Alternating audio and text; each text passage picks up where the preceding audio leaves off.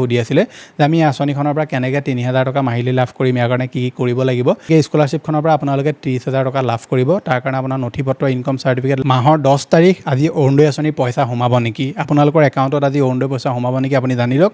ভাৰতবৰ্ষতো কোমতো আপোনালোকে পেট্ৰল ডিজেলৰ দাম বৃদ্ধি হোৱা দেখিবলৈ পাব পাৰে। ডিজিটেল আছাম 2.0 চেনেলটোৰ ৰাতিপুৱাৰ এটা নতুন ভিডিঅ'লৈ আপোনালোক সকলোকে পুনৰবাৰ স্বাগতম জনাইছোঁ। অন্য দিনাৰ নিচিনাকৈ আজিও আপোনালোকৰ কাৰণে বহুত কেইটা গুৰুত্বপূৰ্ণ খবৰ একেলগতে এই ভিডিঅ'টোত লৈ আনিছোঁ। গতিকে হাতত চাহ একাপ লৈ লওক আৰু ভিডিঅ'টো সম্পূৰ্ণৰূপে প্ৰথমৰ পৰা শেষলৈকে চাওক, যাতে প্ৰত্যেকটো গুৰুত্বপূৰ্ণ ইনফৰমেশ্যন আপোনালোকে লাভ কৰিব পাৰে। ভিডিঅ'টো যদি চাই আপোনাৰ ভাল লাগে, ভিডিঅ'টোত লাইক এটা কৰিব। চেনেলটোলৈ যদি আজি প্ৰথম আহিছিলে ছাবস্ক্ৰাইব কৰিব এনেকুৱা ধৰণৰ ইনফৰ্মেটিভ ভিডিঅ' ৰেগুলাৰ চাবৰ কাৰণে। আহক আজিৰ ভিডিঅ'টো আৰম্ভ কৰোঁ। আজিৰ যিটো প্ৰথমটো খবৰ, এইটো এটা যথেষ্ট গুৰুত্বপূৰ্ণ খবৰ হয়। যিসকল লোকে এণ্ড্ৰইড ফোন ইউজ কৰে বা যিসকল PM কিষাণ আঁচনিৰ হিতাধিকাৰী হয় বা যাৰ যাৰ বেংক একাউণ্ট আছে, এই সকলোৱে এই খবৰটো বহুতে মনোযোগেৰে শুনিব। আপোনালোকে এইকেইদিন কাৰোবালৈ যদি ফোন কল কৰিছে তেনেহ'লে শুনিবলৈ পাইছে যে এটা সতৰ্কবাণী আপোনালোকক শুনোৱা হৈছে। তাত কোৱা হৈছে যে আপোনালোকলৈ যদি কোনোবা অজ্ঞাত ব্যক্তিয়ে ফোন কল কৰে, কিবা OTP বিচাৰে বা কিবা যদি লিংকত ক্লিক কৰিবলৈ কয়, তেনেহ'লে আপোনালোকে সেইসমূহ কাম নকৰিব। গতিকে চৰকাৰে এই যিটো সতৰ্কবাণী, এইটো আকৌ তেওঁলোকে আনিবলগীয়া হ'ল এইকাৰণে, কাৰণ বৰ্তমান ভাৰতবৰ্ষত আকৌ চাইবাৰ অপৰাধীৰ যি ধৰি লওক ক্ৰাইম, এইবিলাক দিনক দিনে বাঢ়ি গৈছে। গতিকে আপুনি যদি PM কিষাণ আঁচনি এজন হিতাধিকাৰী হয়, তেনেহ'লে PM কিষাণ এপ্লিকেশ্যন নামেৰে এটা এপ্লিকেশ্যন চাৰ্কুলেট হৈ থাকে মাজে মাজে। আপুনি যদি কিবা হোৱাটছএপ গ্ৰুপত আছে বা কোনোবা অজ্ঞাত ব্যক্তিও আপোনালৈ সেই এপ্লিকেশ্যনটোৰ লিংক পঠিয়াব পাৰে বা কেতিয়াবা আপোনাৰ বন্ধুজনৰ একাউণ্টৰ পৰাও আপোনালৈ সেই PM কিষাণৰ এপ্লিকেশ্যনৰ লিংক আহিব পাৰে। গতিকে ভুলবশতঃ আপুনি pmkisan.apk সেই যিটো লিংক আছে সেইটো ক্লিক নকৰিব আৰু কেতিয়াও আপোনালোকে সেই এপ্লিকেশ্যনটো ইনষ্টল নকৰিব। যদি তেনেকুৱা কৰে তেনেহ'লে আপুনি সমস্যাত পৰিব পাৰে। লগতে আপোনালোকলৈ যদি কোনোবা অজ্ঞাত ব্যক্তিয়ে ফোন কৰি কয় যে আপোনালোকৰ যি PM কিষাণৰ পইচা সেইটো পাবৰ কাৰণে আপুনি KYC কৰিব লাগিব, LPG গেছ চিলিণ্ডাৰ পাবৰ কাৰণে KYC কৰিব লাগিব, আপোনাৰ বেংক একাউণ্টৰ যিটো KYC এইটো ফেইল হৈছে, আজি ৰাতি 12টা বজাৰ পিছত বন্ধ হৈ যাব বেংক একাউণ্ট, বা আপোনাৰ যিটো SIM কাৰ্ড আছে সেই SIM কাৰ্ডটো KYC কৰিবলৈ কৈছে কোম্পানীয়ে, নকৰিলে আপুনি ৰাতি 12টা বজাৰ ভিতৰত আপোনালোকৰ চিমটো বন্ধ হৈ যাব। এনেকুৱা ধৰণৰ নানান প্ৰলোভন দিব পাৰে। গতিকে আপোনালোকলৈ যদি কোনোবাই ফোন কৰি কয় যে আপোনালোকৰ এইসমূহ কাম কৰিবলগীয়া আছে, তেনেহ'লে ভুলতো সিহঁতক OTP নিদিব, কোনো ধৰণৰ পাৰ্চনেল ইনফৰমেশ্যন শ্বেয়াৰ নকৰিব, বা হোৱাটছআপতো যদি আপোনালোকলৈ কোনোবা এনেকুৱা মেছেজ আহে তেনেকুৱা ক্ষেত্ৰতো আপোনালোকে সেইসমূহ কামত কেতিয়াও আপোনালোকে সেই লিংকসমূহত ক্লিক নকৰিব বা পাৰ্চনেল ইনফৰমেশ্যন কেতিয়াও আপোনালোকে সিহঁতক নিদিব, নহ'বা আপুনি ডাঙৰ সমস্যাত পৰিব পাৰে। গতিকে সাৱধানে থাকিব আৰু এই ভিডিঅ'টো আপুনি সকলোৰে লগত শ্বেয়াৰ কৰিব। নতুন বৰ্তমান ক্ৰাইম পোহৰলৈ আহিছে, যিটো একদম ইউনিক ক্ৰাইম বুলি আপুনি ক'ব নোৱাৰে, এনেকুৱা ক্ৰাইম আগতো হৈছে বাৰু, কিন্তু পদ্ধতিটো অলপ বেলেগ কৰা হৈছে এইবাৰ। এই যিটো চাইবাৰ ক্ৰাইম এইটো কেনেকৈ কৰা হৈছে আপোনাক কৈ দিওঁ। আপুনি যদি কিবা কোম্পানীত কাম কৰে আৰু সেই কোম্পানীটোৰ যদি আপোনালোকৰ একাউণ্টছৰ দায়িত্বখিনি আপোনাৰ হাতত থাকে, তেনেহ'লে আপোনালৈ কোনোবা অজ্ঞাত ব্যক্তিয়ে হওক বা আপোনাৰ হোৱাটছআপত আপোনাৰ যিগৰাকী বছ হয় তেওঁ ধৰি লওক হোৱাটছআপৰ পৰা এটা মেছেজ আহিব পাৰে যে এই নাম্বাৰটোত সোনকালে আমাক ইমান পইচা ট্ৰান্সফাৰ কৰিব লাগে, তুমি সোনকালে ইমান পইচা ট্ৰান্সফাৰ কৰি দিয়া। এতিয়া যদি আপুনি অফিচত বহি থাকে আৰু আপোনাক যদি বছে সদায় ধৰি লওক হোৱাটছআপতে মেছেজ কৰি কয় যে ক'ৰবাত পইচা ট্ৰান্সফাৰ কৰিবলগীয়া থাকিলে আপোনাৰ একাউণ্ট নম্বৰ দি দিয়ে আৰু ট্ৰান্সফাৰ কৰিবলৈ অৰ্ডাৰ দি দিয়ে। গতিকে তেনেকুৱা ক্ষেত্ৰত কি হ'ব, আপোনালোকে ধৰিবই নোৱাৰিব যে সেইজন ৰিয়েল নে ফেক হয়। গতিকে আপুনি যদি কিবা একাউণ্টছৰ কাম কৰে, একাউণ্টছৰ যদি আপুনি কাম চম্ভালে, তেনেহ'লে এনেকুৱা ধৰণৰ কামসমূহ আপোনালোকে কৰাৰ আগত ধৰি লওক সেইজন ব্যক্তিয়ে সদায় আপোনালোকক হোৱাটছআপতে লাগিলে অৰ্ডাৰ দিয়ক, কিন্তু আপুনি সেই অৰ্ডাৰটো পাছ কৰাৰ আগতে আপুনি তেওঁক এবাৰ ফোন কল কৰি সুধি ল'ব যে আপুনি ইমানটো এমাউণ্ট দিবলৈ কৈছে হয়নে। যদি তেওঁ কয় হয়, তেতিয়া আপুনি ট্ৰান্সফাৰ কৰিব। কাৰণ এতিয়া কি হৈছে, বহুতো এনেকুৱা চাইবাৰ অপৰাধী আছে যি কি কৰিছে, যিবিলাক কোম্পানীৰ মালিক হয় তেওঁলোকৰ হোৱাটছআপ পৰ্যন্ত হেক কৰি তেওঁ যিগৰাকী একাউণ্টেণ্ট বা কোম্পানী যি একাউণ্টেণ্ট হয় তেওঁলোকলৈ মেছেজ কৰি মেলি পইচা ট্ৰান্সফাৰ কৰিবলৈ অৰ্ডাৰ কৰি বহুতো মানুহৰ একাউণ্ট খালী কৰা বৰ্তমান দেখিবলৈ পোৱা গৈছে। গতিকে আপুনিও সাৱধান হৈ থাকিব আৰু এই খবৰটো আপুনি সকলোৰে লগত শ্বেয়াৰ কৰি দিব। আগবাঢ়িছে পিছৰটো খবৰলৈ। খবৰটো আহিছে গ্ৰীণ বাছক লৈ। গ্ৰীণ বাছৰ বিৰুদ্ধে বৰ্তমান কাঢ়া হৈছে প্ৰশাসন। 63জন চালকৰ লাইচেঞ্চ বৰ্তমান বাতিল কৰা হৈছে। গুৱাহাটী মহানগৰীত গ্ৰীণ বাছৰ অনিয়ম নিয়ন্ত্ৰণৰ লক্ষ্যৰে কঠোৰ পদক্ষেপ গ্ৰহণ গুৱাহাটীত মহানগৰীত গ্ৰীণ বাছৰ অনিয়ম নিয়ন্ত্ৰণৰ লক্ষ্যৰে কঠোৰ পদক্ষেপ গ্ৰহণ কৰিছে মহানগৰ জিলা প্ৰশাসনে। নিয়ম ভংগ কৰাৰ অভিযোগত 63জন গ্ৰীণ বাছ চালকৰ ড্ৰাইভিং লাইচেঞ্চ বৰ্তমান বাতিল কৰি দিছে।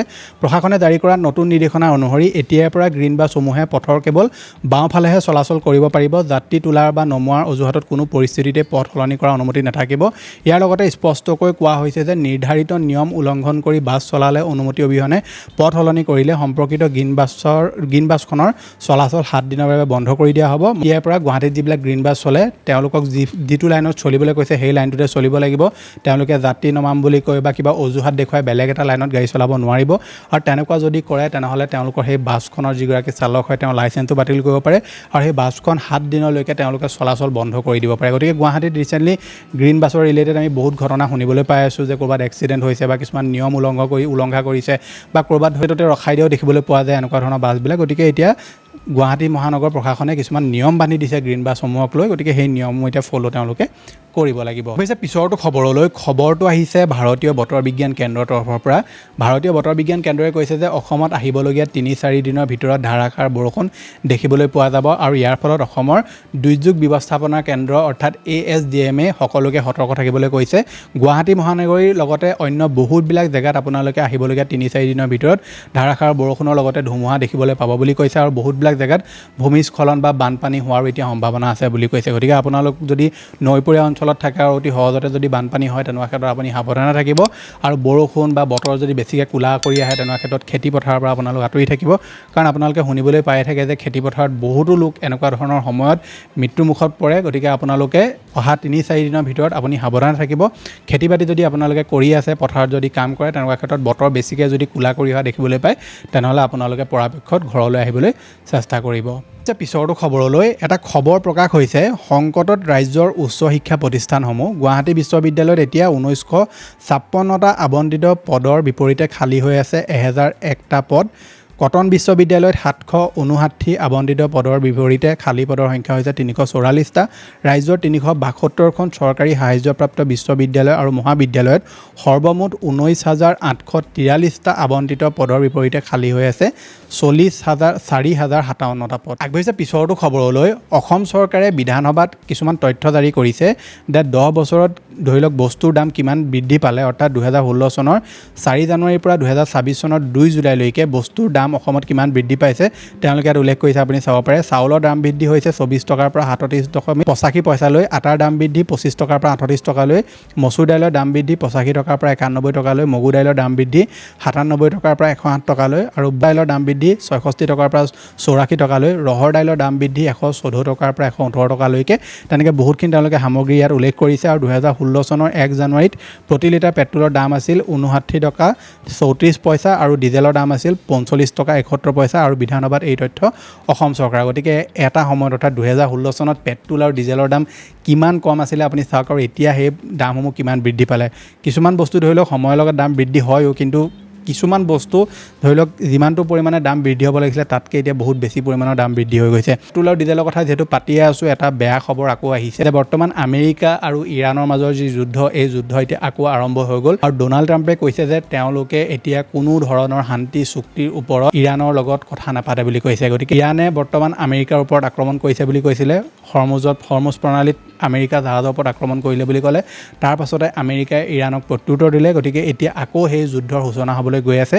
গতিকে ইয়াৰ ফলতে এতিয়া বিশ্বজুৰি বৃদ্ধি খাৰুৱা তেলৰ মূল্য 8% পৰ্যন্ত বৃদ্ধি খাৰুৱা তেলৰ মূল্য। ষ্টেট অফ হৰমুজ বন্ধ হোৱাৰ আশংকাত তেলৰ বজাৰ এতিয়া হাহাকাৰ লাগিছে আৰু বিশ্বৰ কেইবাখনো আগশাৰী দেশৰ শ্বেয়াৰ বজাৰতো এতিয়া বৃহৎ পতন দেখিবলৈ পোৱা গৈছে। গতিকে এটা খবৰ আহিছিলে যোৱাকালিলৈকে বিশ্বৰ প্ৰায়বিলাক দেশতে ধৰি লওক পেট্ৰলৰ দাম কমি গৈছে, কিন্তু ভাৰতবৰ্ষৰ কোম্পানীবিলাকে একেটা দামেই লগাই থৈ দিছে। কিন্তু এতিয়া খবৰ আহিছে যে 8% পৰ্যন্ত দাম বৃদ্ধি হোৱাৰ সম্ভাৱনা আছে। গতিকে এতিয়া আকৌ ভাৰতবৰ্ষতো খুবমত আপোনালোকে পেট্ৰল ডিজেলৰ দাম বৃদ্ধি হোৱা দেখিবলৈ পাব পাৰে। এইটো চিয়'ৰ নহয় যে বৃদ্ধি হ'বই বুলি, কিন্তু বৰ্তমান যি আকৌ যুদ্ধ আৰম্ভ হোৱাৰ বৰ্তমান আশংকা হৈছে বা যুদ্ধ আৰম্ভ হৈ গ'ল, গতিকে সেইফালৰ পৰা চাবলৈ গ'লে আপোনালোকে আকৌ খুবমত পেট্ৰল ডিজেলৰ দাম বৃদ্ধি হোৱা দেখিবলৈ পাব পাৰে। গতিকে আমেৰিকা আৰু ইৰাণ এই দুখন দেশৰ যুদ্ধ কেতিয়া শেষ হ'ব, কি হ'ব, ইয়াৰ ওপৰত কোনো আপুনি সঠিকভাৱে একো ক'ব নোৱাৰে। কাৰণ আমেৰিকাই বাৰে বাৰে এখন দেশক আক্ৰমণ কৰি থাকে আৰু আমেৰিকাই ধৰি লওক যিকোনো কাম কৰি দিয়ে। মানে আমেৰিকাই ৰাতি এটা কথা ক'ব, আকৌ পিছদিনা গৈ মেলি আক্ৰমণ কৰি দিব। এইবাৰ কিন্তু ইৰাণে আক্ৰমণ কৰিছে বুলি কৈছে। গতিকে এই দুখন দেশৰ যেতিয়ালৈকে একদম শান্তি চুক্তিত চাইন নহয় বা সম্পূৰ্ণ বস্তুটো যেতিয়ালৈকে চিলমোহৰ নালাগে, তেতিয়ালৈকে এই দুখন দেশে ইখনে সিখনক আক্ৰমণ কৰিয়ে থাকিব। আৰু বিশ্বৰ যি অৰ্থনীতি বা বিশ্বৰ যি পেট্ৰল ডিজেলৰ দাম, এইবিলাক আপোনালোকে এবাৰ বৃদ্ধি হোৱা দেখিবলৈ পাব, এবাৰ কমা দেখিবলৈ পাব। গতিকে এতিয়া আশংকা কৰা হৈছে যে আপোনালোকে আকৌ পেট্ৰল ডিজেলৰ দাম বৃদ্ধি হোৱা দেখিবলৈ পাব পাৰে। আগবাঢ়িছে পিছৰটো খবৰলৈ আৰু খবৰটো আহিছে মুখ্যমন্ত্ৰী নিযুত মইনা আঁচনিখনক লৈ। চৰকাৰে মুখ্যমন্ত্ৰী নিযুত মইনা আঁচনিক লৈ কিছুমান নিৰ্দেশনা জাৰি কৰিছে। এতিয়াৰ পৰা কোন কোন ছাত্ৰীয়ে মুখ্যমন্ত্ৰী নিযুত নিযুত মইনা আঁচনি লাভ কৰিব তাৰ কাৰণে চৰকাৰে কিছুমান গাইডলাইনছ মুকলি কৰিছে ইয়াত আপোনালোকে চাব পাৰে লিখা আছে যে ছাত্ৰীগৰাকী হ'ব লাগিব অসমৰ স্থায়ী বাসিন্দা আৰ্থিক সীমা অবিহনে সকলো যোগ্য ছাত্ৰীয়ে পাব উদগনি চৰকাৰৰ স্বীকৃতি অপ্ৰাদেশিকৃত শিক্ষানুষ্ঠানৰ ছাত্ৰীলৈ এই সাহায্য চৰকাৰে প্ৰদান কৰিব পলিটেকনিকৰ যিসকল ছাত্ৰী আছে তেওঁলোকেও আঁচনিৰ ধন লাভ কৰিব বুলি কৈছে উচ্চতৰ মাধ্যমিক স্নাতক আৰু পলিটেকনিকৰ ছাত্ৰীসকল অবিবাহিত হ'ব লাগিব তেতিয়াহে তেওঁলোকে আঁচনিখনৰ পইচা লাভ কৰিব যদি তেওঁলোক বিবাহিত হয় লাগিলে উচ্চতৰ মাধ্যমিকে হওক স্নাতকে হওক বা পলিটেকনিকৰে হওক তেওঁলোকে আঁচনিৰ সুবিধা লাভ নকৰিব বাকী PG আৰু BEd পাঠ্যক্ৰমৰ বিবাহিত ছাত্ৰীসকলেও এই সুবিধা লাভ কৰিব গতিকে যিসকলে PG বা BEdত পঢ়ি আছে তেওঁলোক যদি বিবাহিতও হয় তেনেকুৱা ক্ষেত্ৰতো তেওঁলোকে এই আঁচনিখনৰ সুবিধা লাভ কৰিব গতিকে চৰকাৰে এতিয়া মুখ্যমন্ত্ৰী নিযুত মইনা আঁচনিক লৈ কিছুমান নতুন নিৰ্দেশনা এতিয়া জাৰি কৰিলে আগবাঢ়িছে পিছৰটো খবৰলৈ আপোনালোকে যদি এণ্ড্ৰইড ফোন ইউজ কৰে তেনেহ'লে গম পায় যে আপুনি গুগলত আপোনাৰ যিবিলাক ফটো আছে সেই ফটোবিলাক ষ্ট'ৰ কৰিব পাৰে য'ত 15 GB আপোনালোকক ফ্ৰী ডেটা দিয়ে মানে ফ্ৰী আপোনালোকক ষ্ট'ৰেজ দিয়ে কিন্তু এতিয়া খবৰ পোহৰলৈ আহিছে যে এণ্ড্ৰইডে আপোনালোকৰ যি SMS লগতে ফোন কলৰ হিষ্ট্ৰী আৰু লগতে আপোনালোকৰ যিমানখিনি কণ্টেক্ট নাম্বাৰ আছে এইবিলাকো আপোনালোকক ষ্ট'ৰ কৰা হ'ব মানে ষ্ট'ৰ কৰিবলৈ আপোনালোকক দিব কিন্তু তাৰ ফলত কি হ'ব আপোনালোকৰ সেই 15 GB যি স্পেচ থাকিব সেইটো একদম আপোনাৰ কম পৰি যাব মানে আপুনি যদি SMS যদি আপুনি তাত ষ্ট'ৰ কৰে কণ্টেক্ট লিষ্টো যদি আপোনাৰ ষ্ট'ৰ কৰে হিষ্ট্ৰীও যদি আপুনি ষ্ট'ৰ কৰে তেনে ক্ষেত্ৰত সেই 15 GB অতি সোনকালে আপোনাৰ শেষ হৈ যাব আৰু যাৰ ফলত আপোনালোকে আকৌ ষ্ট'ৰেজ কিনিবলগীয়া হ'ব পাৰে এইটো সেইসকল লোকৰ কাৰণেহে যিসকলে ধৰি লওক গুগলৰ ষ্ট'ৰেজত ফটো আপলোড কৰি থয় ভিডিঅ' আপলোড কৰি থৈ দিয়ে তেওঁলোকৰ কাৰণে যদি আপুনি তাত আপলোড নকৰে কেৱল গেলেৰীতে থৈ দিয়ে বা আপোনাৰ নিজৰ পাৰ্চনেল ডিভাইচত ৰাখে তেনেহ'লে প্ৰব্লেম নাই কিন্তু যিসকলে ধৰি লওক গুগলৰ ষ্ট'ৰেজ ইউজ কৰে তেওঁলোকৰ কাৰণে এইটো এটা বেয়া খবৰ ভিডিঅ'টোলৈ আগবঢ়াৰ আগতে আপোনালোকলৈ সৰু এটা অনুৰোধ আপুনি যদি ভিডিঅ'টো এতিয়ালৈকে চাই আছে নিশ্চয় আপোনালোকে ভিডিঅ'টো ভাল পাইছে গতিকে ভিডিঅ'টোত লাইক এটা কৰক আৰু চেনেলটো যদি প্ৰথম আহিছিলে ছাবস্ক্ৰাইব কৰি লওক সদায় এনেকুৱা ধৰণৰ ভিডিঅ' চাই থাকিবৰ কাৰণে আমাৰ এটা হোৱাটছআপ চেনেলো আছে যিটো হোৱাটছআপ চেনেলত মই বহুতবিলাক সৰু সুৰা আপডেট দি থাকোঁ আৰু লগতে আপুনি স্কলাৰশ্বিপত এপ্লাই কৰিবলৈ হ'লে বা চৰকাৰী কিবা ডকুমেণ্টছ আবেদন কৰিবৰ কাৰণে চৰকাৰী চাকৰিত এপ্লাই কৰিবলৈ হ'লে আমাৰ থ্ৰুদি যদি আপুনি এপ্লাই কৰিব বিচাৰে তেনেহ'লে আমাৰ হোৱাটছআপ চেনেলটো জইন কৰি লওক তাতে মই সকলোবিলাক ডিটেইলছ দি থোৱা আছে হোৱাটছআপ চেনেলটো টোটেলি ফ্ৰী হয় লিংকটো মই ডেছক্ৰিপশ্যনত দি থৈছোঁ ভিডিঅ'টো চাই আপোনালোকে জইন কৰি ল'ব আগবাঢ়িছে পিছৰটো খবৰটো আহিছে মহাৰাষ্ট্ৰৰ পৰা মহাৰাষ্ট্ৰত কেইদিনমান ধাৰাসাৰ বৰষুণ হোৱাৰ ফলত বহুতবিলাক জেগাত বিস্তৰ ক্ষতিসাধন হয় বহুতবিলাক জেগা ধৰি লওক ভাঙি পৰে বা কিছুমান জেগা একদম তললৈ সোমাই গুচি যায় মানে ভূমিস্খলনৰ সৃষ্টি হয় আৰু বহুতবিলাক জেগাত একদম সম্পূৰ্ণ বানপানীৰ নিচিনা পৰিৱেশ সৃষ্টি হয় গতিকে সেই সময়তে যোৱাকালি আৰু এটা ভিডিঅ' ভাইৰেল হ'ল য'ত আপোনালোকে 3000 ৰন্ধন গেছৰ চিলিণ্ডাৰ উটি যোৱা আপুনি চাব পাৰে মই ফটোখন আপোনালোকে ইয়াত দি দিছোঁ আৰু মহাৰাষ্ট্ৰৰ ৰায়গড়ত পাতালগংগা নদীত উটি গ'ল হাজাৰ চিলিণ্ডাৰ গতিকে বানপানী হ'ল তাত পানী আহি গ'ল আৰু যাৰ ফলত 3000 চিলিণ্ডাৰ উটি গুচি গ'ল কিছুমান চিলিণ্ডাৰ তাত ধৰিব পাৰিলে আৰু কিছুমান চিলিণ্ডাৰ সময়মতে উটি গুচি গ'লগৈ গতিকে এনেকুৱা এটা সংকটৰ সময়ত য'ত ধৰি লওক LPG গেছ চিলিণ্ডাৰৰ ওপৰত চৰকাৰে নানান ধৰণৰ তেওঁলোকে ধৰি লওক নিয়ম বান্ধি থৈছে আৰু সেই সময়তে যদি 3000 চিলিণ্ডাৰ উটি যায় তেনেহ'লে কেনেকুৱা এটা ভয়ংকৰ পৰিস্থিতি আপুনি সন্মুখীন কৰিব লাগিব নিজে ভাবিছা গতিকে তেওঁলোকে বহুতবিলাক ধৰি লওক চিলিণ্ডাৰ ৰাখিলেও বচালেও কিছুমান চিলিণ্ডাৰ উটি গুচি গ'ল গতিকে এইটো কেনেকৈ হ'ল কি হ'ল ইমানটোৰ বিষয়ে মই এতিয়া গম নাপাওঁ আপোনালোকে যদি গুগলত চাৰ্চ কৰি চায় তেনেহ'লে ইয়াৰ বিষয়ে আপোনালোকে সবিশেষ জানিবলৈ পাৰিব আগবাঢ়িছে পিছৰটো খবৰলৈ আপোনালোকে আমাৰ দেশত এটা ঘটনাৰ বিষয়ে নিশ্চয় গম পায় যে ৰাম মন্দিৰত যিটো চুৰিকাণ্ড সংঘটিত হ'ল য'ত বহুত কেইজন অভিযুক্তক বৰ্তমান এৰেষ্ট কৰা হৈছে গতিকে সেই সময়তে বলিউডৰ অভিনেতা অনুপম খেৰে এটা যুক্তি দিছে যে আপোনাৰ ঘৰত চুৰি হ'লে আপুনি চোৰক দোষী কৰিব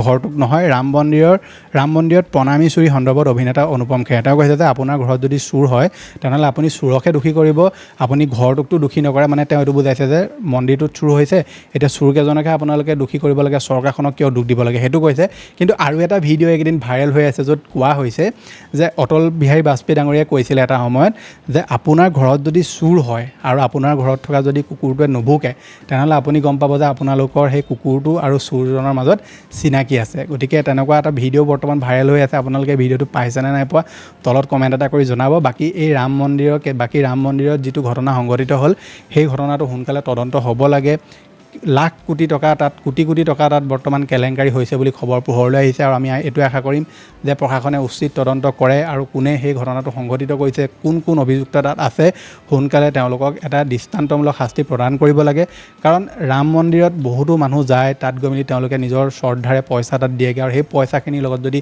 কেলেংকাৰী হয় পইচাখিনি যদি চুৰ হয় তেনেহ'লে কিমান এটা দুখৰ বিষয় নিজে আপোনালোকে ভাবিছে পিছৰটো খবৰলৈ আমাৰ ৰাজ্যতে হওক বা আমাৰ দেশতে হওক চৰকাৰী স্কুলক লৈ বহুতো মানুহে মানে নাকটো কুচাই দিয়ে যে চৰকাৰী স্কুলত ল'ৰা পঢ়াম নি বা প্ৰাইভেট স্কুলৰ এখনতে ল'ৰা পঢ়াম, চৰকাৰী স্কুলত ধৰি লওক ল'ৰা পঢ়ালে ভাল নহয়। গতিকে এটা খবৰ পোহৰলৈ আহিছে যে চৰকাৰী বিদ্যালয়লৈ যাবলৈ অনীহা ছাত্ৰ ছাত্ৰীৰ দেশত চৰকাৰী বিদ্যালয়ত ছাত্ৰ ছাত্ৰীৰ সংখ্যা বৰ্তমান 12,75,00,000 পৰা 11,89,00,000 হ্ৰাস পালে। বিপৰীতে ব্যক্তিগত খণ্ডৰ ব্যক্তিগত খণ্ডৰ বিদ্যালয়ত ছাত্ৰ ছাত্ৰীৰ সংখ্যা 9 কোটিৰ পৰা 9,89,00,000 বৃদ্ধি হৈছে। আৰু কেন্দ্ৰীয় চৰকাৰৰ প্ৰতিবেদনত চৰকাৰী শিক্ষা খণ্ডৰ দুখ লগা ছবি বৰ্তমান পোহৰলৈ আহিছে। গতিকে চৰকাৰী স্কুলবিলাক চৰকাৰে যিমান পাৰে সিমান উন্নত কৰিব লাগে। এতিয়া আপুনি যদি চাবলৈ যায় আমেৰিকা যিবিলাক স্কুল থাকে সেই স্কুলবিলাক আপুনি যদি ইনষ্টাগ্ৰামৰ ভিডিঅ' হওক বা ইউটিউবত যদি আপোনালোকে সেই ছাইডৰ মানুহখিনি ব্লগবিলাক চায় বা আমাৰ দেশৰ যিবিলাক মানুহ আমেৰিকাত থাকে তেওঁলোকৰ ল'ৰা ছোৱালীক চৰকাৰী স্কুলত পঢ়ায়, তাৰ যিবিলাক চৰকাৰী স্কুলৰ সা সুবিধা সেইটো একদম দেখিলেই মানে ভাল লাগি যায়। গতিকে আমাৰ অসম চৰকাৰেও এতিয়া ধৰি লওক বহুতবিলাক তেওঁলোকে উন্নতি কৰিছে। আমাৰ অসমৰ বহুতবিলাক স্কুল এতিয়া চৰকাৰী স্কুল, তেওঁলোকে বহুত ক্ষেত্ৰত এতিয়া সেইবিলাক উন্নত কৰিছে। গতিকে আমি এইটোৱে আশা কৰোঁ যে দেশৰ প্ৰত্যেকখন চৰকাৰী স্কুল যাতে এনেকৈ ধৰণে তেওঁলোকে বনাব লাগে তাত প্ৰত্যেকটো সুবিধা থাকে, মানে কম্পিউটাৰৰ পৰা আৰম্ভ কৰি খেলা ধূলাৰ পৰা আৰম্ভ কৰি প্ৰত্যেকটো বস্তুৰ যাতে তাত ল'ৰা ছোৱালী শিক্ষা ল'ব পাৰে। কোনোবাই বোলে গান গাই ভাল পায়, কোনোবাই স্পৰ্টছত আগবঢ়া হয়, কোনোবাই আৰ্ট কৰি ভাল পায়, কোনোবাই ধৰি লওক হাতৰ কামত একদম পাৰ্গত হয়, কোনোবাই ধৰি লওক আপোনাৰ মানে ছায়েন্সৰ বস্তু ভাল পায়। প্ৰত্যেকটো বস্তুত যাতে তেওঁলোকে আৰু যিটো বস্তুৰে মানে আগবাঢ়িব বিচাৰে সেইটো বস্তুৰে যাতে তাত ধৰি লওক স্ক'প থাকে। তেনেকৈ ধৰণে চৰকাৰে যদি স্কুলবিলাক উন্নত কৰে এই দেশখনক আগবঢ়াত কোনো ৰখাব নোৱাৰে, কিন্তু চৰকাৰে সেইবোৰ কাম নকৰে, যাৰ ফলত আমাৰ দেশখনৰ শিক্ষা ব্যৱস্থা দিনক দিনে তললৈ গৈ আছে। আৰু চৰকাৰৰ এই যিবিলাক চৰকাৰী স্কুল হয় এই চৰকাৰী স্কুলবিলাকৰ পৰা ছাত্ৰ ছাত্ৰীয়ে লাহে লাহে আঁতৰি গৈ আছে আৰু অভিভাৱকেও চৰকাৰী স্কুলৰ পৰা আঁতৰাই প্ৰাইভেট স্কুলবিলাকত ল'ৰা ছোৱালীবিলাকক দি গৈ আছে। আপোনালোকে ইয়াৰ মতামত কি নিশ্চয় তলত কমেণ্ট এটা কৰি জনাব। আগবাঢ়িছে পিছৰটো খবৰলৈ। খবৰটো আহিছে অৰুণোদয় আঁচনিক লৈ। আজি যিহেতু মাহৰ 10 তাৰিখ, আজি অৰুণোদয় আঁচনিৰ পইচা সোমাব নেকি, আপোনালোকৰ একাউণ্টত আজি অৰুণোদয় পইচা সোমাব নেকি আপুনি জানি লওক। অৰুণোদয় পইচা আজি আপোনালোকৰ একাউণ্টত নোসোমায়। বহুতো লোকক মই প্ৰায়ে ইউটিউবৰ ভিডিঅ'ত কৈয়ে থাকোঁ যে চৰকাৰে অৰুণোদয় আঁচনিৰ পইচা আপোনালোকক আগষ্ট মাহৰ 2-3 তাৰিখৰ পৰা দিব বুলি কৈছে, কিন্তু যোৱাকালি বহুতে মোক মেছেজ কৰিছিলে যে অহাকালি বা পইচা সোমাব নেকি, যোৱাকালি ভিডিঅ'টোত কৈ দিব।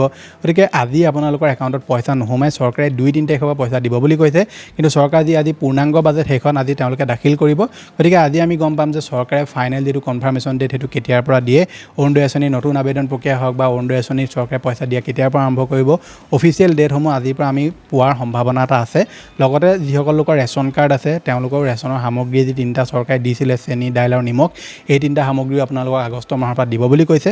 গতিকে খুব সম্ভৱতঃ আপোনালোকে আজিয়ে এই হাতাইসমূহ বস্তু কেতিয়াৰ পৰা তেওঁলোকে দিয়া আৰম্ভ কৰিব, ইয়াৰ ওপৰত ফাইনেল ডেটসমূহ জানিবলৈ পাৰিব। আৰু আপোনালোকক মই অহাকালি যিটো ভিডিঅ' সেই ভিডিঅ'টোত আজি পূৰ্ণাংগ বাজেটত চৰকাৰে কি নতুন নতুন সিদ্ধান্ত গ্ৰহণ কৰিলে আটাইখিনি বিষয়ে জনাই দিম। আগবাঢ়িছে পিছৰটো খবৰলৈ। বৰ্তমান 2খন স্কলাৰশ্বিপ চলি আছে। প্ৰথমখন স্কলাৰশ্বিপ হৈছে আপোনাৰ SC OBC স্কলাৰশ্বিপ, যিখন স্কলাৰশ্বিপত SC আৰু OBC কাষ্টৰ ছাত্ৰ ছাত্ৰীসকলে এপ্লাই কৰিব পাৰে।